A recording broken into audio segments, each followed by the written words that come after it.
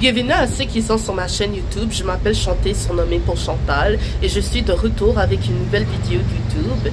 Dans cette vidéo, je vais critiquer un film intitulé Megan 2.0, publié en 2025. Les genres sont l'horreur, la science-fiction, la suspense et l'action, l'intelligence artificielle et la suspense en temps cyber. Le réalisateur est Gerard Johnstone. Tout d'abord, le film raconte l'histoire de Gemma, devenue auteure et militante pour la réglementation de AI en partenariat avec l'expert en cybersécurité Christian Bradley afin de reconnaître le tort causé par son premier projet publié qui a provoqué un scandale juridique drastique il y a 2 ans. Cela dit, il y a 2 ans, le premier projet publié de Gemma, Megan, a été abandonné puis condamné à être complètement supprimé de son programme sans autre mise à jour, jusqu'à ce que Gemma apprenne par le colonel de l'armée américaine Tim Sadler qu'un échantillon de programme Megan Alia a été volé. Amelia a été volontairement réinventée en androïde pour des missions d'infiltration et d'assassinat. Face à la situation, Gemma a été convaincue de ressusciter Megan pour combattre Amelia, programmée comme elle. Mais que se passerait-il si Gemma perdra le contrôle de Megan?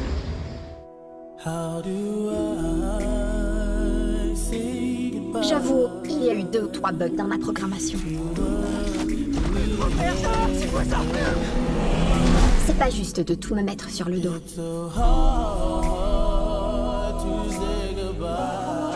Mais une chose n'a pas changé. Je ferai tout ce qu'il faut pour protéger Keddy. Qu'est-ce que c'est que ce truc? Vous m'avez mise dans un Teletubby en plastique? Si tu nous prouves que tu es fiable, peut-être que tu auras droit à un upgrade. Madame Forrester, on a un problème. On est à la poursuite d'une androïde autonome appelée Amelia, qui a été conçue à partir du même programme que Megan. Comment c'est possible?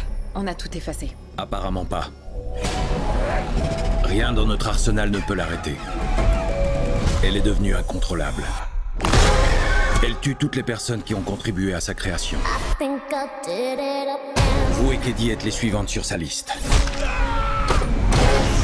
Je sais comment arrêter Amelia. Elle gagne en puissance. Elle sera bientôt l'arme la plus dangereuse de la planète. Mettez-moi dans un corps et je vous aiderai à l'arrêter. T'as oublié ce qui s'est passé la dernière fois? Tu as menacé de m'arracher la langue et de me mettre dans un fauteuil roulant. J'étais énervée. Elle veut nous aider.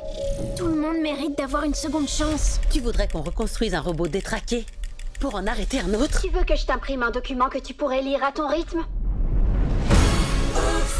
Ok, Megan, on passe à l'upgrade. Tu veux ajouter quelque chose? Je veux être plus forte, plus rapide. Salut, tu te rappelles quand je t'ai étranglé avant de mettre le feu au labo? Je voulais te dire que ça n'allait pas se reproduire. C'est très gentil, merci. Et pendant qu'on y est, je veux être plus grande. Allez, tas de viande. On se met au travail. Regardez qui est venu jouer avec moi. On a programmé pour protéger Keddy. Reste à savoir si tu vas te mettre en travers de mon chemin. Accrochez-vous, ça va saigner. Je m'en fous qu'elle ait tué 4 personnes. C'est une princesse guerrière super sexy.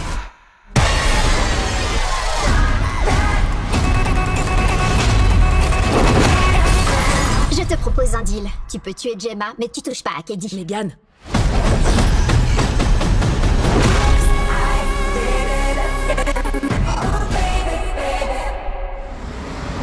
Passons maintenant à la mise en scène du film. Les plans ont été tournés autour du pouvoir de la technologie actuelle. Ils ont montré l'évolution de Gemma pour le domaine technologique et ont démontré l'objectif principal de la cybersécurité. La qualité des plans était un peu brouillonne car le film abordait la perspective de la déconstruction technologique. Cela dit, le film a montré l'utilisation du pouvoir dans la technologie et son extrême vulnérabilité, ce qui montre son importance en cybersécurité grâce à Christian Bradley.